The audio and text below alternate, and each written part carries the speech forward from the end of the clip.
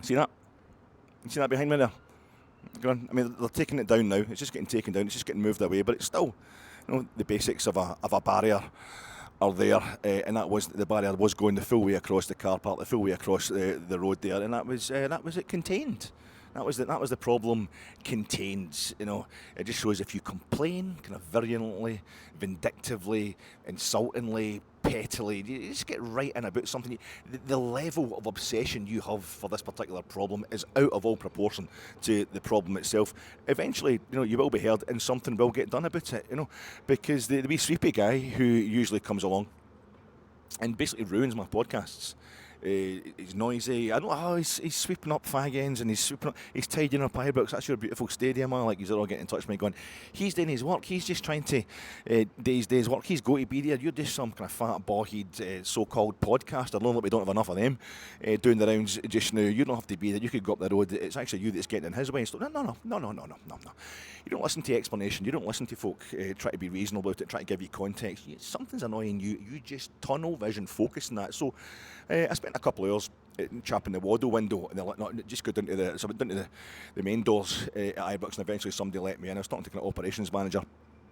And I said, yeah, I mean, I don't mind if the police get involved. It is Police Scotland vans. I just want the guy sacked. I want him out of job. And if he's no Scottish, I want him out of the country as well. That's a bit OTT, Mr. Anderson. I don't think I'm a season ticket holder. I'm a season ticket holder and a Rangers podcaster. Do you know how many Rangers podcasts there are? Well, I'm a Rangers podcaster. There's folk watch what I'm saying, so I've got heft, I've got influence. I am very, very hefty when it comes to watching Rangers, and that's what happened. Eventually, they put up the barrier there, and under the portrait of Alan Morton and the portrait of the wee blue devil, I think I did myself proud. I think I behaved really staunchly, and I kept that guy at bay. We had to come to a compromise. I couldn't get him sacked. I was asking for a light custodial sentence, but it didn't quite happen. Maybe if I keep pushing, I'll maybe get that in the future. But I said I don't mind compromising. He can do the back of the Copeland. He can sweep up on Edmondson Drive. He can sweep up the back of the Sandy Jardin. But the back of the Brimlin Road is mine. That is mine. And to be fair to Rangers, to be fair to Police Scotland, they helped me out there with the barrier going right across. But what's happened is, this is I take responsibility for stuff. I think it was Finlay. It was Finlay that went past and gave me a wave there, and the sun, honestly, the sun's right in my eyes, but it's also, you look like, maybe if it was Andy, I'm sorry, not Andy Hillis, Finlay Cameron, I've got the two E's mixed up too. Frankly, I'm not saying this in a kind of homosexual way. I just didn't know that I would have a problem if anybody was saying it in a homosexual way, because sometimes you just have to go, that's a good looking guy. Sometimes you just have to say, that is a hunk, you know what I mean? Sometimes I'm watching stuff on the telly, and I'm saying, my wife and I always fall out over Phil Oakey, young Phil Oakey in the Human League. Maybe it's just because he wears lipstick and he's got long hair. I'm maybe a bit kind of on the nose when it comes to that stuff. But I thought, that's a good looking guy. No, he's androgynous. My wife's like, he's got lipstick and he's got long hair. That's no androgynous. He's no a good. He's no that. You know, I'm like, is there something we need to know here? This is a revelation. This would explain a few things. If you're actually batting for the other team, that's fair enough. But what do you have to marry me for? Like, thing if you don't fancy Phil Oakey, there's obviously something wrong with you. But that's something we always follow. But it's actually when it comes to Andy and Finlay, just two good looking guys. Obviously, I think that's why they're attracted to my podcast, because they've probably met the one Rangers supporter who is better looking than the two of them. Better looking than the two of them put together, they've told me. Or was it you're the same size as the two of us put together? I can't remember, but the sun was so I've either said hello to Andy and it was Finlay, or I've said hello to Finlay and it was like, because how you doing? And I'm like, how you doing, Andy? And he's like, what? I don't know. Or it was just your partner's pish, and he had gave me a second look, because my partner's so bad, as you are discovering already. But that's the power of complaint. The power of complaint. You just go on and on and on, and eventually, it's not perfect, but you get. Something happens that kind of maybe makes things not as bad as they were, without necessarily making things completely brilliant in the way you would want them to be. How you doing, folks? This is your Fatec immediate post. Russell Martin, I think, has got some sort of obsession with Anorak type statistics. He's doing that kind of Nasser Jiga thing. We know Nasser Jiga, he's been signed obviously by Russell Martin. That's no coincidence. Nasser Jiga said pre-season, I want to be remembered by the supporters. I want to be remembered by the supporters, even if I'm only here for a season. He thought, that's good. But then he immediately left that interview, which was carried out by Rangers TV down at St George's, the training facility down in Burton-on-Trent, and went out, and during the passing drill, he got a head injury. Well, that's not the way we really want you to be remembered, but we will now remember you. You're the guy that is so absolutely overcommitted, dying to play, dying to enjoy the physical aspect of the game, that you picked up the Terry Butcher type head injury in a passing drill, during the pre-season training session. And I think it's the same with Russell Martin. He just doesn't care whether he wins anything at Rangers or whether we hate him or whether we love him. He's just determined to be remembered, and he can't win any trophies at this point of the season. So 5-0 down at half time. 5-0 down at half time. I don't remember that. It's certainly never. I know for a fact it's never happened to us in Europe before. I don't know if it's happened to us in our entire history when there's been 5-0 down at half time. So that you'll be remembered for that. And then he started off with 4 straight draws. 4 straight draws in his first 4 league games as Rangers manager. He's already got officially the worst ever start to a season for. I think it's a Rangers manager. Is it a Rangers manager's worst start to his time in office, or is it the worst? It's probably both. So he's probably got both of them under the worst ever start to a season by any Rangers team, and worst ever start for any Rangers manager who's just in the door. It's completing with the 2 weeks draw we had at Easter Road last day of last season, which was some other dodgy refereeing going on. That's completed a 5 successive draws in the league, and I think I saw something the other day saying that it happened. Maybe it happened. It happened in 2015 as well. It certainly happened under Alec McLeish 20 seasons ago at Big Eck. I can't believe that's 20 years ago when he was doing a lot of those draws. We didn't win for ages. It was actually more about, we didn't lose many of the games, but we were drawn in Porto and we were drawn in Bratislava, 2 games I was actually at, and they were the draw in Bratislava wasn't good, but the draw in Porto was a fantastic night. That was a great night, and I think it ended with a win over Kilmarnock at Rugby Park, where Chris Boyd was scoring against us. Reaction Pod coming to you in association with Gersnet. I was on it with Ben on Friday night, and Ben's actually saying at the end of the pod who's on it on tonight. And I've completely forgotten because I was so wasted trying to plead my case for Russell Martin, or why it wasn't just time to sack him yet on Friday. And I'm thinking I'm going to get slaughtered for this. I was completely gone. I think it's John, definitely John. Somebody, it might be Colin as well, but you'll be well serviced, the night troops, whoever's on the Gersnet podcast at 9:30 to go over a seriously interesting, if kind of relatively unentertaining to the neutral, but who the fuck's neutral in Scottish football? Old Firm derby at Ibrox today. I'm sponsored by Gersnet, and I'm also sponsored by the number 11, by Game 11. The Southampton fan, a Southampton podcaster, a Southampton blogger who got in touch with Follow. He is the owner. He's the owner of Game 11, but it's for me, it's my mate Robert who's the kind of CEO. Robert's is the boss. He's on the ground running things, and like any CEO, he's just totally venal. He wants money. He's always thinking about the cash all the time. So as soon as the final whistle went today, I get a text: Game 11 tell you. He's like, pay up, kind of thing, So we have to get Game 11. I'd completely forgotten for some bloody reason, but it makes sense now, doesn't it?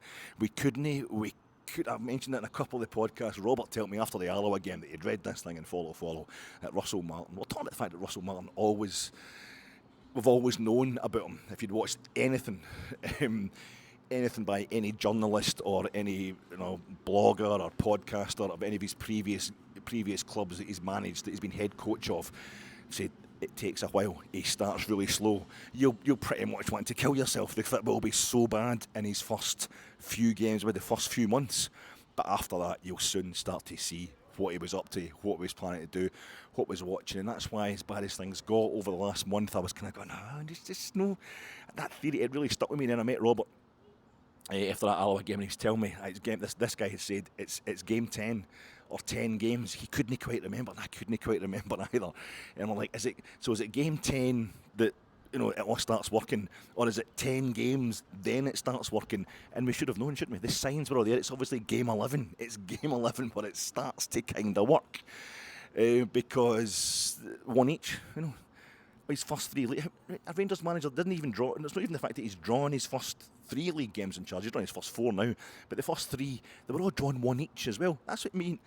I think Ben was predicting 2 each on Friday night, and I'm predicting 1 each. And by the way, you could do worse than when me and Ben are on Gersnet and getting on, at least for the result, never mind the score. you could do worse than get your money on what I can't believe that's 2 in a row. In terms of the result, anyway, we've managed to predict correctly. But and Ben got to score. He got to score as well for the Pilsen game. But it's one each. It's one each. And I was predicting one each today as well. I felt that's what was going to happen. It's 1-1, isn't it? 1-1. 2 digits. 2 number ones. A lot of piss, a lot of shite. All 3 games before this today. But 1-1, 1-1, 1-1, 11. You know, in game 10. I mean, I'm saying.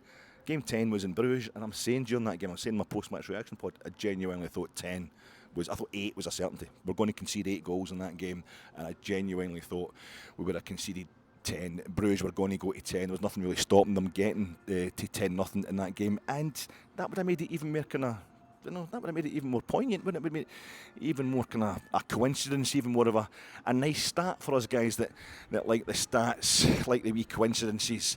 To get beat 10-0 in game 10, and then the uplift begins in game 11. I think the first few games have been the end of the pishness. That's been the pishness. I think the bedding in period is going to begin now. My name's Alec Anderson. This town ain't big enough for the both of us. And it ain't me who's gonna leave. So Nico Raskin's away. I don't know. I'm hearing all the rumours. He's away to West Ham. He's away to Burnley. He's away to Wolves. He's away to some English team. Is Nico Raskin? But because I've been doing so much chat on the old podcast over the weekend, I've not really had my ear to the ground when it comes to the rumour mill and the chat. And the first I found out that Nico Raskin, it was the thing we've been waiting for. The thing we've been waiting for since Friday, and the mainstream media were definitely wanting us all to go apoplectic when it turned out that Nico Raskin, we were going to get ourselves worked up into a frenzy from 11 o'clock, an hour before kick-off, and we saw that team was it, and we saw that Nico Raskin wasn't in the starting 11. So if they know he wasn't even going to be in the squad, that he's definitely a victim of the war with the crazy, wacky, Rangers-hating Russell Martin. And we'd be in we'd probably go nuclear, and then we'd get into the ground, being kind of nuclear, all glowing in the dark and stuff like that. And, like fissures, I don't know about the nuclear stuff, not much. I got a C for physics. O level, and then we get in, and then Celtic, obviously they score straight away like they always do in all firm games. They score a goal straight away. It was just going to be actual mushroom cloud over Ibrox. That's it. Quite ironic. It's because Russell Martin is vegan, as people kept telling us. That was the root of all the problems with Rangers, was the fact that he was vegan, and it was going to be a mushroom cloud. A mushroom cloud was going to go up there. But Russell Martin's actually, him being vegan today, I think it's quite ironic. I prepared this one earlier. This one during the game, because it was all meaty, the game today. There was a lot of meat, a lot of bone, a lot of gristle, you know what I mean, but it was just nothing, get your vegetables into you can digest it better, and it was kind of a bit, kind of choking on it a bit, because it wasn't exactly pretty, didn't go down smoothly, but it was the sustenance probably that we needed. I'll need to work on that one, right? I'll have that ready for the midweek kind of catch-up pod. But I think Russell Martin takes a bit of credit today. He's won the war with Nico Raskin, so I don't know. It's what I'm trying to say is I don't know what's happened with Nico Raskin. All I know is that by the time I got myself out my kit and got along here today, and I parked the motor about half an hour before kick-off, I thought I'll just check the old phone and see what's happening.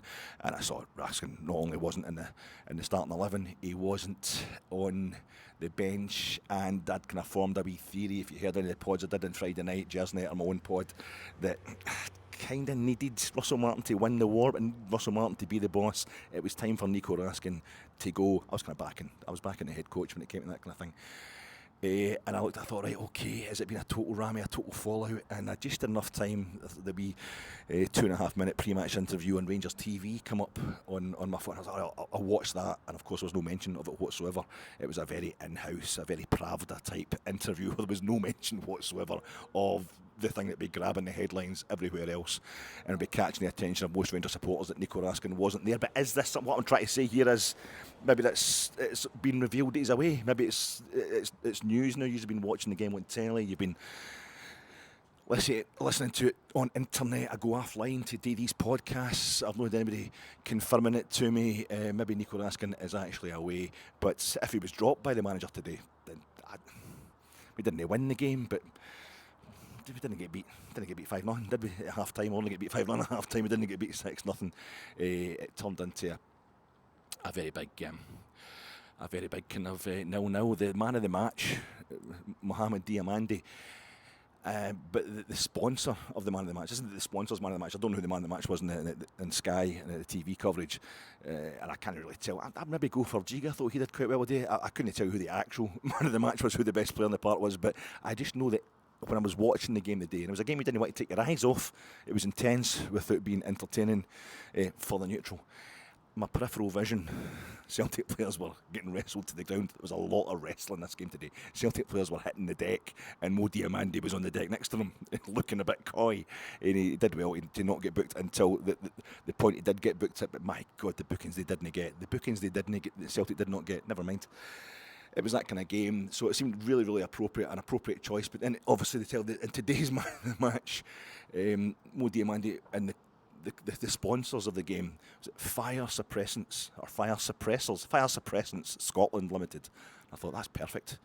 They announced this about 85 minutes into the game, and I thought, don't score now. I didn't want us to win the game after that. I wanted it to stay 0-0. I'm like, no, I don't want to win this game now because Fire Suppressants Scotland being the sponsors for this game.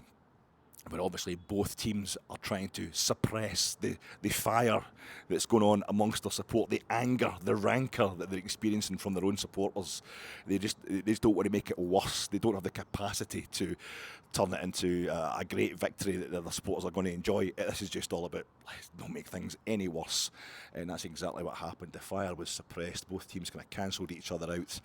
Not a lot of clear-cut chances on goal. I think we should have had a penalty at the beginning of the game, but again, I've not watched it on telly. I don't know. That's me just seen it through blue blinkers. Massive improvement from both ourselves and Celtic. And both ourselves and Celtic not really looking any more like scoring a goal than we did midweek in Europe, but both teams go away feeling quite relieved, I would imagine. I don't know. I think we're going to be on the up. Celtic, it's an unusual situation for them. Celtic, it's the first time they haven't won a game. This year, we're continuing. Celtic couldn't come to Ibrox and stop us on a roll. Draw.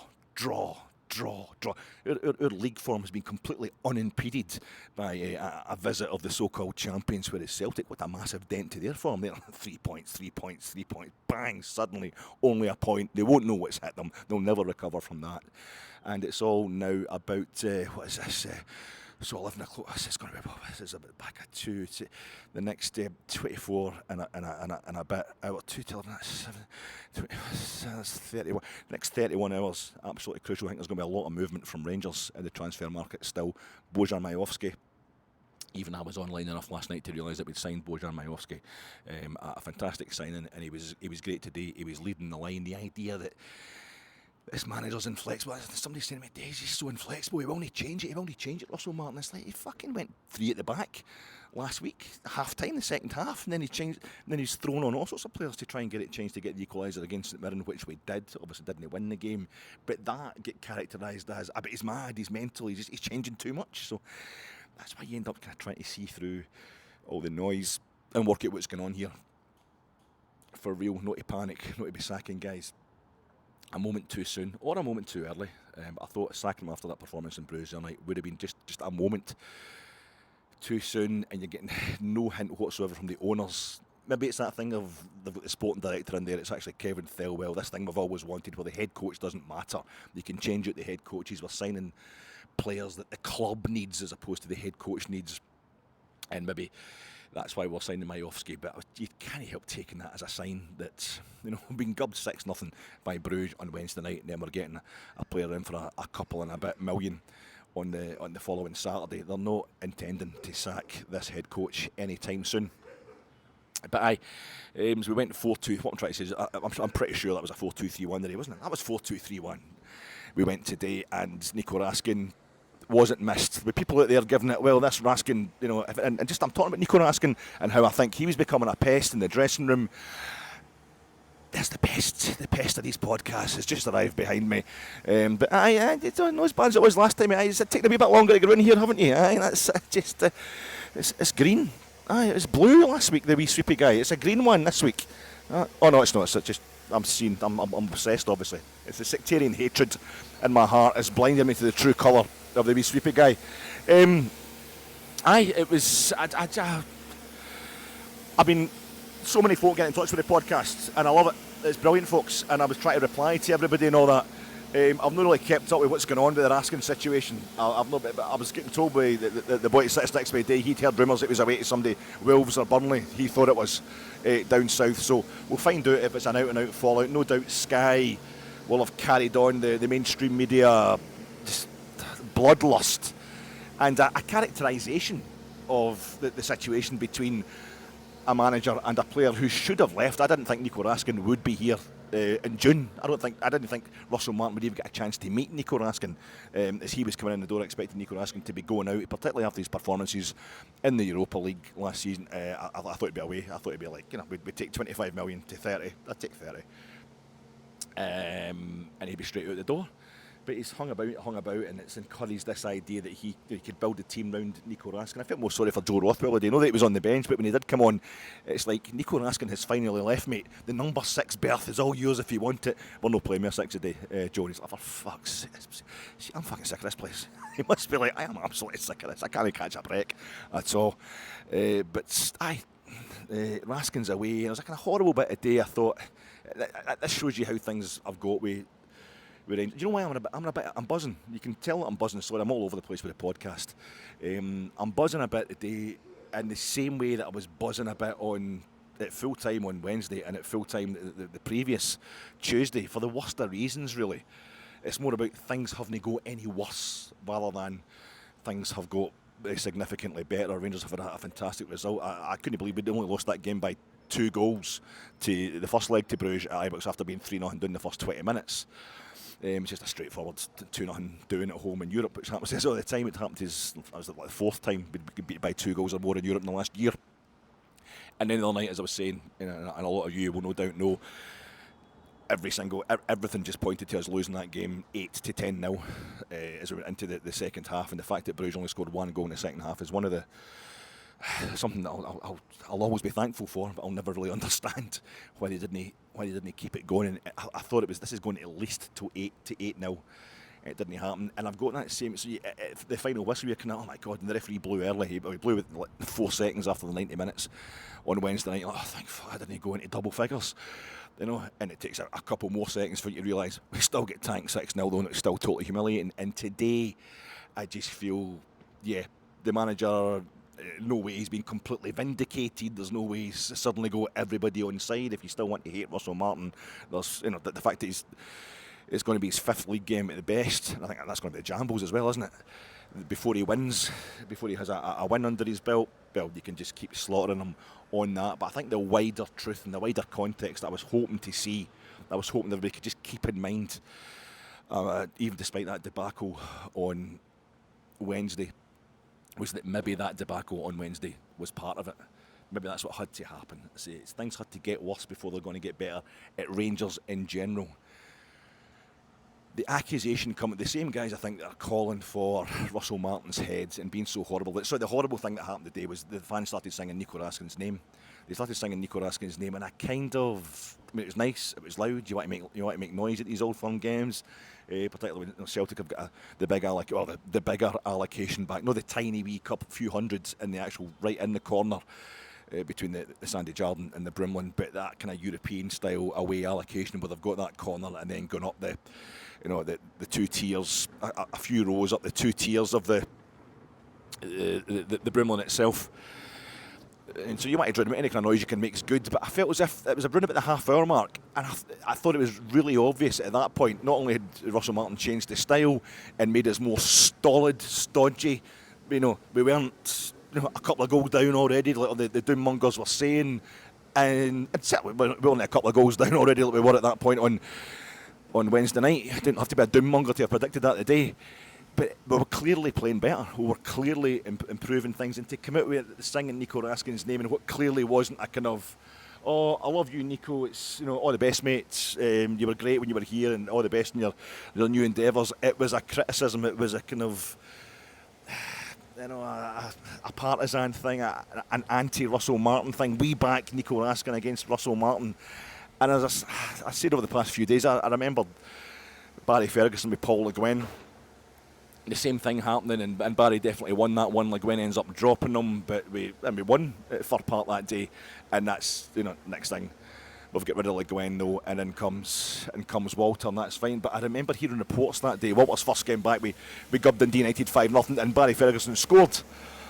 But I remember hearing reports that day from Chick Young, on the way in on the radio, saying that he'd seen David Murray having a kind of set two in the tunnel with Barry Ferguson, and it's almost like Walter Smith was having to separate them, which was quite amazing. And I just spoke to how I was feeling about the whole situation then, that a player was taking on too much responsibility and jumping on the bandwagon with the supporters to rip into a manager and undermine a manager that hadn't really been given a proper chance yet, and was, well, in Paul Le Guen's case, he was doing really well in European football, despite being kind of poor domestically. And later on, of course, we saw what happened with Barry when his behaviour with Scotland and that, and it was Walter Smith, a manager that we all adored. So he had the respect, Walter, and he is disgusted with Barry's behaviour when he's playing for Scotland. They're on the bench with Scotland, that game against Iceland, and he just strips him of the captaincy and tells him, "That's you, you're done, you're gone." And I just felt, that's kind of proves that Paul Le Guen had a point, but he just didn't have the heft with the Rangers support to be backed on making that point against a star player. And Nico Raskin is not the star player that I think he's been made out to be. He's definitely the best player we've got, if we still have him, at Ibrox. He's the most talented player, but he's no the best in that sense of producing the goods time and time again. He'll produce the goods against the big teams, against the big European games, against Celtic. He was scoring against them, doing really well against them last season, home and away. But the main accusation from the kind of knee-jerk, louder Rangers supporters is that for the last few seasons that these players that were great against were great in Europe. We always got up for Europe. We always got up for Old Firm games. Now, that was something we didn't do up until last season. We started winning Old Firm games, and that immediately became something that was dismissed as well, and became an accusation. When we couldn't beat Dundee, we couldn't beat St Mirren, we couldn't beat Motherwell. The teams are still no beaten this season, but it was like the Billy Big Boys stuff. Billy Big Boys, you're acting the hard case. You're acting the big man. When you're playing in these big games, and that's fine. But we need you to do it against everybody else. We need you to do it all the time. We play a form of football that in the past couple of seasons. 4-2-3-1, but also that means we're good on the break. We didn't like having possession. We didn't like having possession of the ball, which is for a Rangers team who's going to come up against 90% of our opposition in Scotland is going to be affecting a low block. That's no good. So we've got a manager in, we've got a head coach in who has done nothing but coach possession football. And before he came in, immediately it was like, oh, he does possession football. And it's like, is that not what we want? Is that not what we've been complaining about? Is that not what we want? We want players who won't act the big man in the dressing room, who are humble enough, they've got the humility to go out there and give it absolutely everything to try and break down these low blocks. No giving it, I can't be bothered with this. What's the headlines? Who's watching us when we're playing against Dundee and Motherwell and Falkirk, Livingston? I can't be arsed with this. It's too much hard work. It's too boring. We want kind of players. We want players who are able to affect, to enjoy possession. We want tactics. We want a manager who knows how to break down a low block. I don't know. I'm rambling here, folks, because I'm slightly buzzing at the fact. What I'm buzzing at isn't the fact that we drew 0-0 with Celtic. You always want to win these games if you possibly can. And the minute it goes 0-0, the minute we're actually holding Celtic, they're not giving us many problems. People will start getting outraged instantly. Why didn't you beat them? All you've got to do is score one goal, and that's not how it works. But I'm actually kind of buzzing at the fact it didn't go off. It didn't go nuclear. It didn't go Chernobyl, Nagasaki, Hiroshima, whatever. It just didn't go off today at Ibrox. We didn't turn on the team. There was that little moment singing the Nico Raskin song. I felt as if it was kind of mistimed, if slightly inappropriate, and it's misjudging the whole situation. But you can't really have a go at Rangers supporters for singing the name of a Rangers player. And I'm just buzzing. I was deeply worried. The press conference on Friday, the pre-match press, I thought some of the stuff being thrown at Russell Martin, not all of it, but some of the stuff, particularly by BBC correspondents and that, was disgusting. It was just a hatchet job. It was just, I've never been here all season, but I've come along, you seem to be on the deck, I'm going to come along and put the boot into you and really aggrandise myself by doing that, and I really disgusted me. What have you done to make things better than that? And he's already done stuff to make he's already taken us a round further in the Champions League than Philippe Clement did at the start of last season in the Champions League qualifiers, and he's won an extra game as well because we went in a round earlier. But he didn't bother with that, Russell Martin. And I just felt maybe the guy's going to resign anyway. Maybe he just trying to leave on a bit of a high, shows a good performance, and then be like, "Fuck, I'm out of here. I can't handle it, whatever." But I think mostly he's just being stoic. He's just trying to find ways not to slag the players, but he's been constantly asked the players that are causing trouble, the players that aren't going along with his ideas in the dressing room, the players that have got much more good faith in the tank than he has, as somebody who's arrived already hated for ridiculous reasons, I think. But he can't do that. He doesn't want to do that anyway because he's no a scumbag. He's not going to put the boot into the players unless he really has to. But there's been a lot of cryptic comments from him that, as I was saying before, they sound the way like a manager who's under pressure from his board. He's not getting the back. Maybe a bit like what Brendan Rodgers is sounding like just now. I don't know. But a manager who's trying to say, "I'm not getting the backing for the board, for the chairman, whatever. I need more money, or their expectations are a bit stupid, whatever." Those kind of cryptic comments. But he's doing it about the players, and it just makes you think there's a clique in the dressing room. There's a kind of power struggle going on with players. Maybe it's Tav. Rumours of him falling out with Tav and all that, but Tav's on the park today. Tav will always come out and always perform. But he's got to wrestle control of the club, and his tactics have got to work. There was also, though, chat last week, which I think really flew under the radar. I don't do like all the paid-for podcasts, maybe Heart and Hand or Rangers Review or whatever. They're kind of behind the paywall stuff is getting get right in about this. But somebody got in touch the other day and mentioned it to myself the other day. So forgive me for not remembering who it was, but he made this comment at Paisley that it was the players that changed it at half-time. The guys wanted to change it. They wanted to go to a back three. And he said it's not about the tactics, it's about the concept. And I thought, is that you just covering yourself? They haven't told me what to do. I'm all about the concept. Never mind. They can do whatever tactics they want. I don't care. Or, there's some sort of mutiny in the dressing room. What's it going on? I like all the old stories about. Of course, I can't think of one when I'm under pressure to think about one. But there's plenty of stories of teams that they're getting beat 2 or 3-0 at half time, and they come in and the manager gives them an absolute bollock and gets ripped in about them, tells them they're garbage, and that kind of inspires them to go back out and turn the game round. But there's also other stories of teams that go in and they get to a certain point where the manager just stands back and the players tear 7 strips off. They knock 7 shades of shit out at each other. They just ripped into each other about how pissed that was, and the gaffer just comes in and goes, "Aye, that's good, right? Okay, go and do it. Go and take it out in the park." They just needed to have a little airing of grievances at half time, and we're all adults. We all go out there and we all got on with it. Talking of airing of grievances, there's Chris Sutton. There's just as well as a fence between him and me, or else I'd go up there and I'd just go, "I don't like you much." But I hope maybe I didn't really know. I was worried. His photo saying, is that a sign that the players have completely taken over? I think it's more a sign that Russell Martin doesn't want to take credit for anything that's that he hasn't come up with. He's trying to get the players on board, and he can't obviously tell Nico Raskin to fuck off. He can't discipline him probably because we're trying to get him sold, and he's worth a lot of money to the club, Nico Raskin, and hopefully that sale has now gone through. But I feel as if that was the main kind of the game itself. Right, sorry, we started with Bojan Majowski was up front, Jack Butland in goals, McGoma at left back, Tav's in, so Max Aarons, that's a big kind of call just now. Max Aarons, it's an easy call, but it's still a relatively big one. Max Aarons on the bench, no writing the fella off. It's Tav's in right back, and it's Giga and Suter, your centre halves. Middle of the park's where it got really interesting. It's Connor Barron's back. No Raskin, as I say. He's gone. That's a headline news. Gone from the squad today anyway. Nico Raskin, no there. But it's Connor Barron was back in. And that was good because Connor Barron came on that. What game was it? He came on Dundee and he was just kicking the shit out of everything. Was it the Alloa game? It was the Alloa game. He came on as a sub in the League Cup game against Alloa, and it was as if to say, I'm sick of not getting a game here. I've not been getting any time under this new manager, and he looked angry about it. And no, fair play to him. It was a good reaction. But he's back in the day alongside Mo Diamandi, who's not had a great season, but was back more into the groove, into his kind of slot, with somebody like Nico Raskin that he's used to playing alongside in Conor Barron. And we had across I don't know if it's about getting Thello Asgard into the team, as well as obviously adapting to playing Celtic. This manager is adaptive, he is flexible.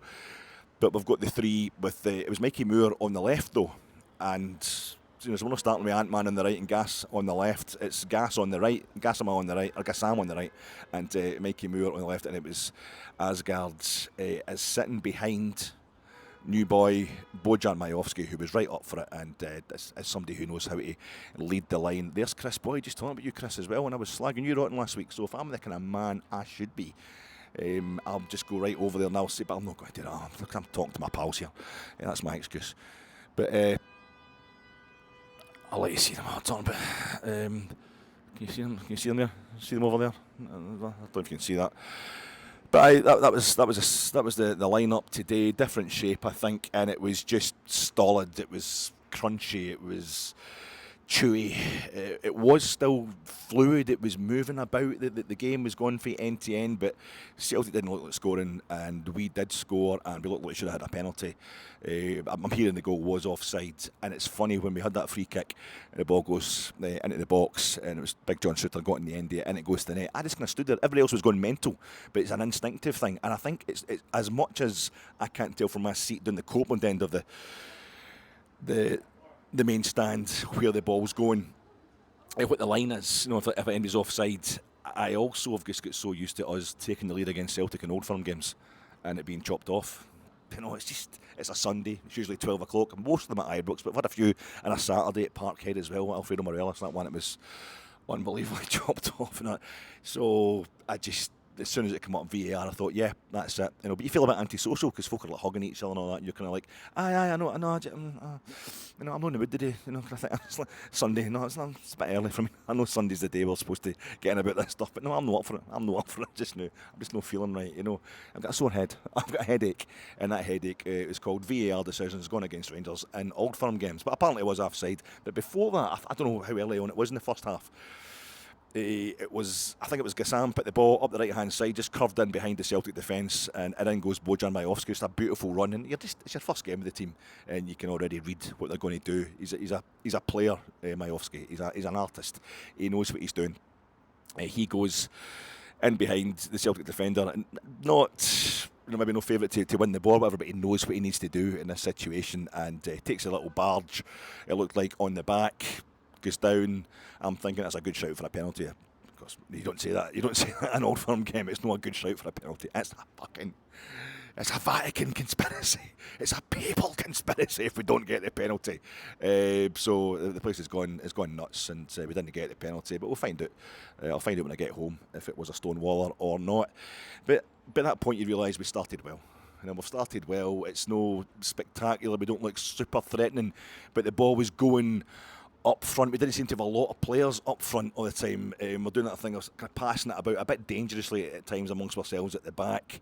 And the old, the recent scar tissue was opening up there, and it's like, oh, the fuck are we doing? Fine about it, by like that. This is why they keep playing like this. But it was a part of bringing the Celtic team into words. And then when we did, at one point, you big Carter Vickers in the first half. I remember him kind of bombing forwards with the ball at his feet. Why is he not getting tackled? But as he got to about 10 yards outside our box, I think we did tackle him. We did get the ball off him. It came to nothing for Celtic anyway. And you're like, yeah, but now we're in. Now Carter Vickers is in our half of the park, and we've got their whole half of the park to run into with all these fast, nippy players that we've got up front. So it's not happening just now. It didn't get executed. We didn't do that. We didn't get in behind Celtic and then score a goal from that. But you can see it all coming together. You can see what the plan is. And I think the thing is, it's a holistic thing. Football is obviously a holistic game, an organic game in itself. It's not like American football, even if our Fortinanders Enterprises man was in here the day. Did he go to see Leeds last night? And then it's a great life. Just Leeds United Newcastle one night, and then just up the M74, and that's been going to watch Rangers against Celtic at Ibrox on the Sunday. But I know they're American football folks, but that's the thing. The game stops. The defense is on the pitch, and then you come off. They all come off, and you bring on the offense. Then you get your special teams. So you know how the old gridiron works. But it's not like that with the football, is it? It's organic, and I think sometimes we're so busy concentrating in certain departments of the team, we don't see how the whole thing's supposed to work. And when it's all working together, and that whole thing of what we're doing at the back is affecting what we're doing up front, and vice versa. You're no bollocking players when the ball goes across. Well, we do at Rangers, but it's still comparatively, you're not as up in arms when we play a good ball across the opposition's 6-yard box and our striker can't quite get in the end of it. It's more of a good, I nearly did that a bit better next time. Whereas we're doing that kind of stuff in our own penalty box, and it's the goalkeepers getting involved, and it's not going pretty smoothly. It's like, what the actual fuck?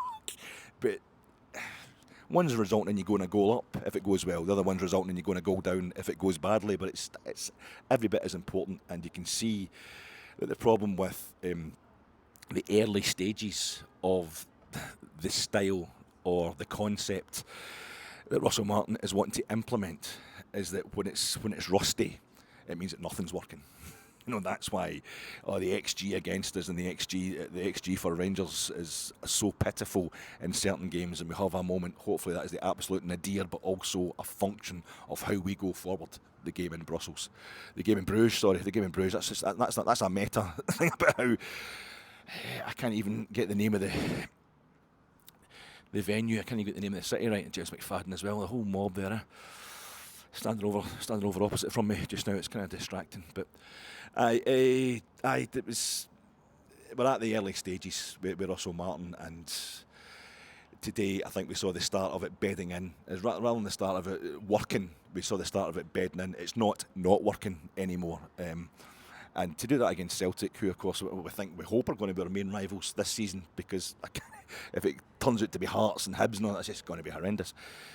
But they've got good teams on the go just now. Aberdeen a bit of a threat on their day as well. So for them to come and they'll be able to beat us for as bad as everybody's making out, and without Nico Raskin, I think it's a good sign. Celtic didn't want to get beat today. We didn't get one to beat today, but we looked like more likely to score, but it wasn't very likely. It was that kind of game. So we had the ball in the back of the net for that free kick. We should have had a penalty. Very few other direct efforts on goal that I can remember, even fewer from Celtic. There was a moment, maybe 70, it's kind of the 70th minute to about the 72nd minute, where we had a corner, and we put the corner, the box is absolutely packed, the 6-yard box is packed by Rangers players and Celtic players, and the corner comes in for Tav, and Schmeichel and goals for them. He catches it, and away it goes. The goalie catches it, and he punts it right up the park straight away.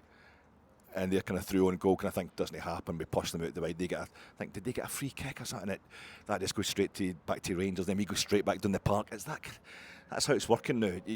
If you don't have the attack, doesn't get turned into a goal at one end, you're soon under pressure at your own end. And that's just the way that the game's been played right now. I think generally, tactically, that's how it gets played in England. Certainly the top flight, and Rangers and Celtic are kind of watered down versions of that tactically. So Rangers were at it in that sense today, and it wasn't a pretty game to watch, but we weren't letting anything go. We were making sure everything stuck, middle of the park, putting in these kind of just the effort and just the physical kind of commitment, and also the tactical nous. Nothing was going to get past us. We were only going to be countered on too effectively if we couldn't make anything of the attack. We knew Celtic would come straight back at us, and I say every time I was watching the game today, it seemed to be the corner of my eye, certainly very much off the ball.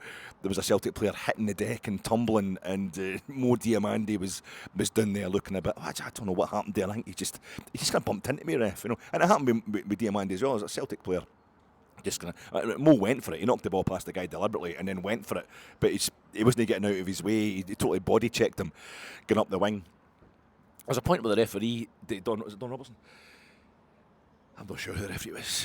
Everybody around about me was certainly sure of his religion, but there was a point where the referee gave Celtic a advantage, blew it back, for because the advantage the Rangers had got in there and won the ball after the perceived foul against a Celtic player, and he gave them the advantage. He's like, no, that's it. Go back and take the free kick in their own box.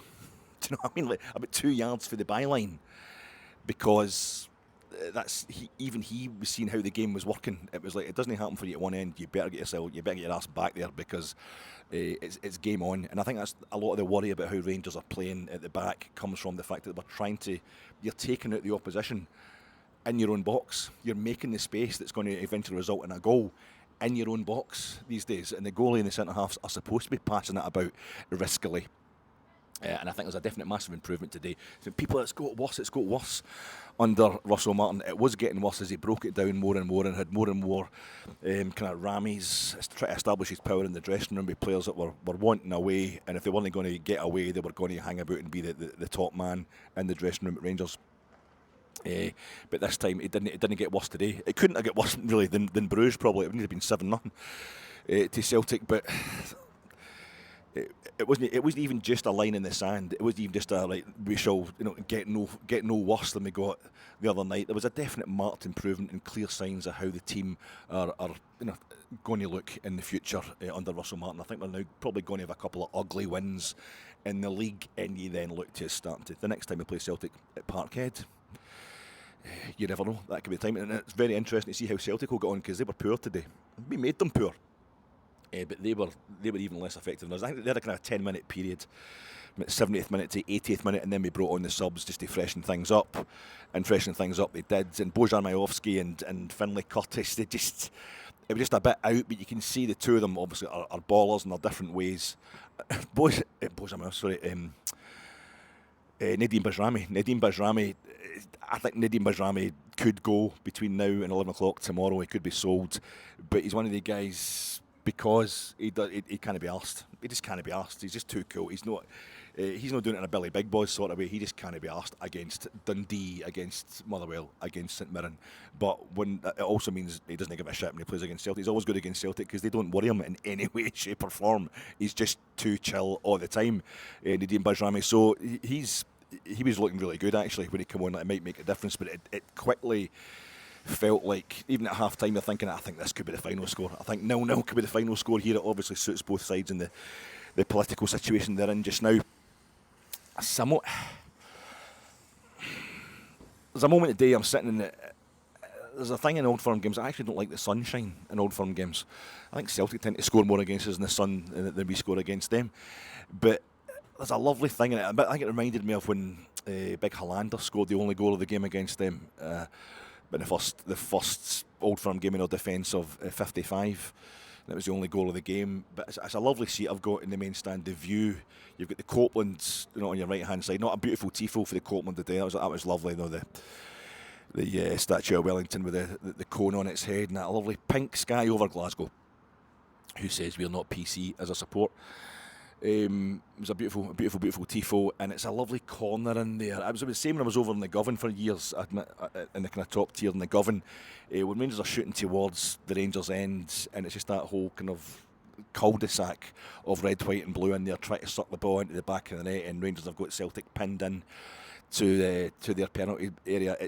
It's a lovely feeling. You just, one of those moments, you just have those little moments, kind of out-of-body experience almost, where you just look down on it all and think, yeah, this is great. This is just a great place to be. It's a great environment. It's a big family affair. It's a moment in time. And we had a corner in the second half, maybe that one I was talking about with Tav, into their box. I mean, the Rangers players are packing their box, but the sky's gone kind of gunmetal. And it is gunmetal, and then your eyes come down, and along the top of that, you've got that massive fascia, the kind of grey, white, creamy, off-white fascia that it goes right across the front of the roof, the Govan stand, now the Sandy Jardin, and it says Sandy Jardin at each end of that massive frontage on that roof, and it says within, and then you have two Rangers crests inside the Sandy Jardin, and it says 1872, and then you just says Rangers FC, massive blue letters. I don't know if it's aluminium or whatever they're made of, right across that fascia of the Govan stand roof, of the Sandy Jardin roof. And I've been looking at that for years because it's straight across from me, and you've got it's like kind of R to the E to the motherfucking C, Rangers FC, and right above it you've got 5 flags. It's the Rangers Charity Foundation. Everyone, anyone. that flag as well. What's the other one you've got? You've got the Union Jack, you've got the Saltire, and there's 5 flags. The other one, there's Charity Foundation, anyone. I can't remember what the other flag is. But it's those 5 flags just on the trot, and they're right, they're spaced out between all the letters of Rangers FC. And then you're just looking up, and there's blue tinge of the clouds in the sky, like it's gone just now, actually. And then you get the rain clouds above it. It just makes it kind of gun metal, but it makes it metal. And the whole thing, I think that construction, that stand that we built, these 3 stands, the goalpost shaped stands, and we've got this, the main stand built in the 1920s, and it's got the lattice work, the blue kind of balcony work, the crisscross balconies, an Archibald Leach stand. It is all, shipbuilders govern it. It is like an ocean-going liner, and it's been mirrored perfectly by, that's a beautiful stadium we've got, and it's mirrored perfectly by this steelwork, this massive bit of steelwork right in front of you, stamped with Rangers FC, and it makes you think about the industry and the guys. I've never worked that kind of job in my life. I've had jobs where I've worked in factories and stuff like that, and jobs where you're on your feet all day and that kind of thing, but nothing properly manual in that sense of having to, welders and riveters and all that kind of stuff, proper hardcore stuff. There's kind of gallows humour in the workplace because it's so hard going. It's so manual, it's so gritty, and I felt as if that was the game of the day though. I want to see my team doing that. I want to see my team, and it's one of the few industries now playing football where you have to just get stuck in like that. But knowing the way these guys used to do in the shipyards and that, the guys that first supported, they gave Rangers the character they've got as a club today. And that's what it was. It was one of these shifts today. It was a hard, manual, laborious, kind of brutal, but you've got to be sharp because it's dangerous. You've got to have your wits about you. And they've gone away the day. There was a wee gust coming in through the gap between, because we've joined up the Copeland and the Broomlin with the Sandy Jardine stand. There's no gaps in between now, so the gust is blowing between the Copeland and the main stand. And it was coming in from the east. It was hitting me in my right hand side. This wee gust, this wee breeze, and it just making things a bit uncomfortable when you're thinking, is that? It just feels like that's just blowing it towards the Celtic goal in the first. We've got the loyal Renfrew flag draped over the balcony of the Copeland, and right up the other end of the park it's Sam English, Coleraine, RSC, I think it is, the flag draped over the balcony of the Broomlin, and it was just this wee gust for the east blowing in and blowing up towards the Broomlin second half, and I thought that's the kind of thing that could just make all the difference. If you're working on a shop floor, if you're working in a shipyard or something like that, the elements really make a massive difference to your day, but it didn't make a difference. Celtic didn't win, we didn't win. But we're in that situation where we just needed to get through this shift and get back home to our family. No feeling particularly like we've done anything particularly brilliant, but knowing that we've done what we're supposed to do. We've earned our corn.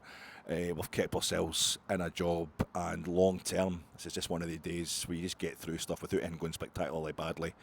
Doesn't have to go spectacularly well, and you get through the job. You earn your crust, and you just look towards working harder and your job getting easier and life getting easier in the future. And that's, I don't know, I just feel as if that's how things went today. It hit me the other day, the Jan Bredel Stadium. That's the 2 worst results, or the 2 most heartbreaking results perhaps in Rangers' European Cup history, / Champions League in both cases, but the Champions League era in Europe's top club tournament, the one we want to win, the thing we still will want to win more than anything else until the day we do. They've both come in the Jan Bredel. We've never been the same. We've never been 5-0 down at half time in a match, and that's what happened to us tonight. It was absolutely brutal. And the 6-0. But 2 other times we've been beaten by 6 goals in European competition.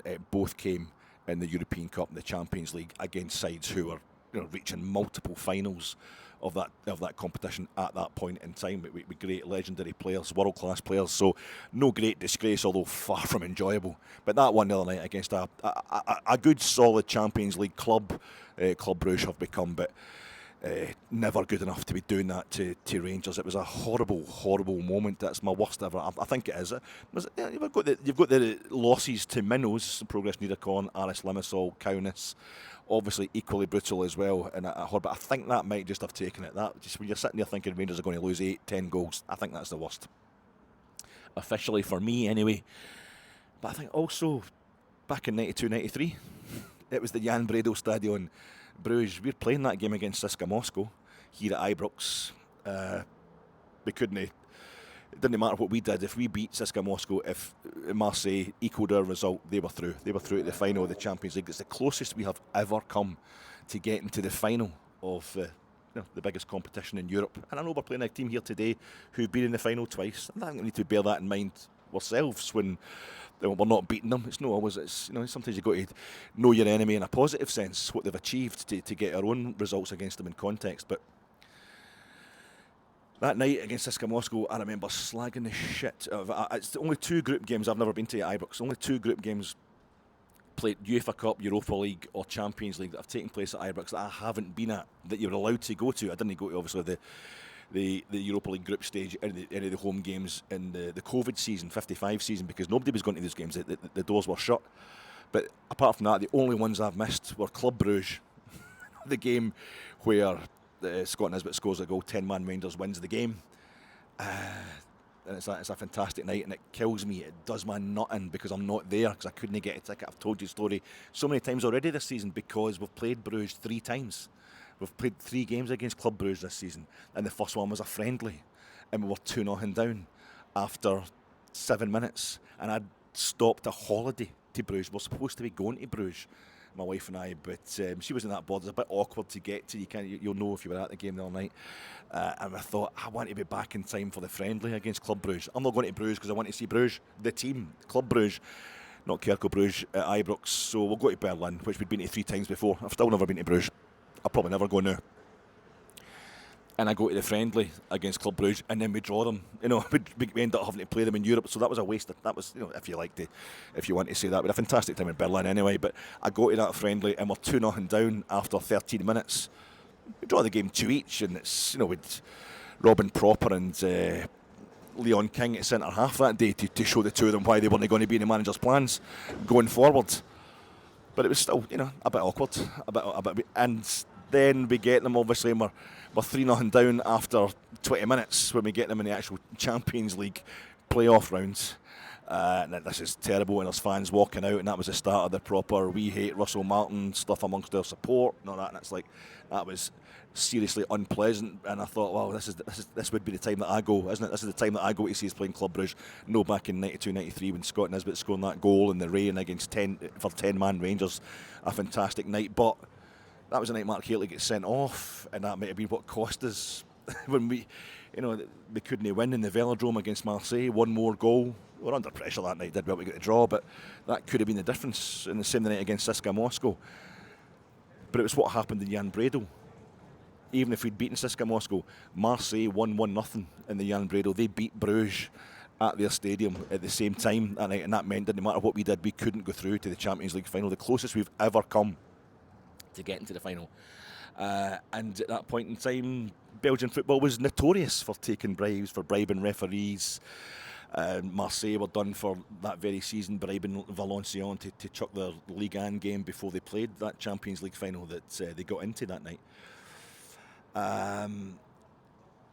So I'm not trying to say that I know for sure that Bruges, who conceded an Alan Boxic's goal for Marseille really early on in their game, and just never, that was it. It ended 1-0, in a kind of the disgrace, the shame of Gijón, Austria-Germany sort of way, Austria-West Germany sort of way in 82. I'm not trying to say that's what happened there, that I know that's what happened there, but there were certainly plenty of signs. It did. It was a total a bribe job, but that's fine. We've got to overcome these things ourselves. We had our chances to beat Marseille, and we didn't manage to do that. But it's made me realise that was the reason. It was what happened in Jan Bredow. The closest of the kind of agonising in terms of we could have won the thing. We could have won the thing. We came closest to winning it, getting to the final and winning it. Moment of the Champions League. It was actually what happened at Bruges. Club Bruges ground, the Jan Bredow Stadion, and most agonising in terms of this is humiliating, please stop, I don't want to watch any more of this is unbearable, we're getting totally turned over moment in the Champions League came at the Jan Bredow Stadium at Club Bruges. And so even the night we beat them, Scott Nisbet, Mark Haley getting sent off, that could have been the moment, that could have been the difference, that's what's cost us getting into that final that year. And I remember the CSKA Moscow game we were playing here, we drew 0-0 and we had all sorts of chances to win. And I remember at the end of the game, I'm only 20, I'm 23 years old at the time, and already I wanted to win the European Cup more than anything else as a Rangers supporter. and Dally McCoist was missing chance after chance after chance, you know, and doing well to get in the box and all that, you know, and he's already an absolute legend when it comes to scoring for Rangers. And I remember at the end of the game just being fucking absolutely raging at him. And I'm watching it on the telly. I'm gutted that I'm not there. This is one of the 2 only group games I've not been to in the Champions League played at Ibrox. Still, you know, I'm 56 now, but I remember this fucking crying out. McCoist was crying at the end of the game. Fucking crying out. That's aye, very good. You should have done it during the game. I mean, just toxic stuff from me. My dad, who's, you know, Rangers sympathies, but you know, a Kilmarnock supporter to all intents and purposes, and he's just like, what if? Like, doesn't he hate Rangers? When it comes to Rangers against Celtic, he definitely doesn't hate Rangers. And he's just saying to me, he's been a bit fucking hard on McCoist. He might settle down.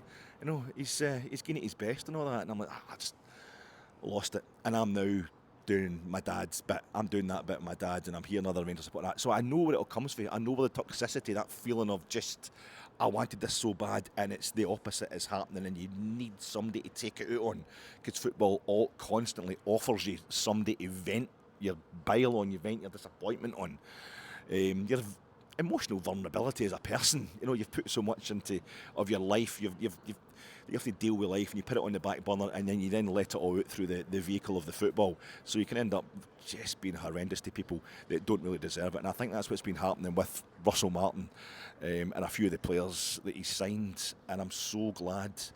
So I know why people are doing it. I'm not trying to be some sort of kind of, I know better, I'm so super mature and all that. I've fucking done all this stuff.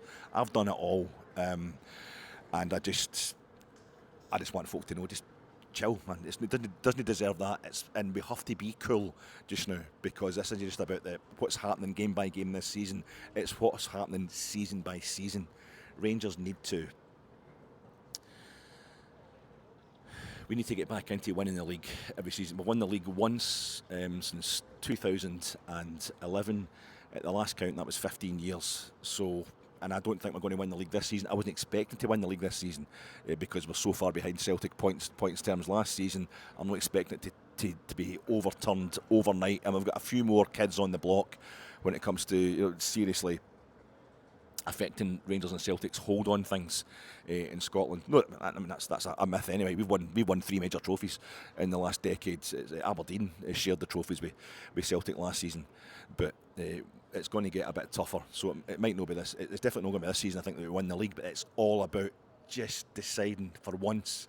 Let's not be knee-jerk. Let's not be outraged. Let's get behind a new plan, a new project, and at least make sure we know 100% for certain when that project should end, when it's definitely not working.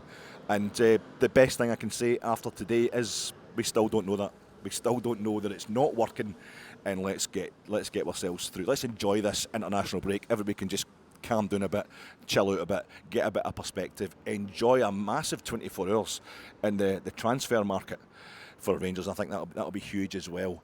And then when we come back after this international break, we can concentrate on watching Rangers go from not being terrible to being pretty good, and that'll be us. Although I nearly dropped my mic there, you know, but we're not quite at that stage, are we? But it's a bit less secure in my hand than it was before we come into this game today. Cheers, Trips.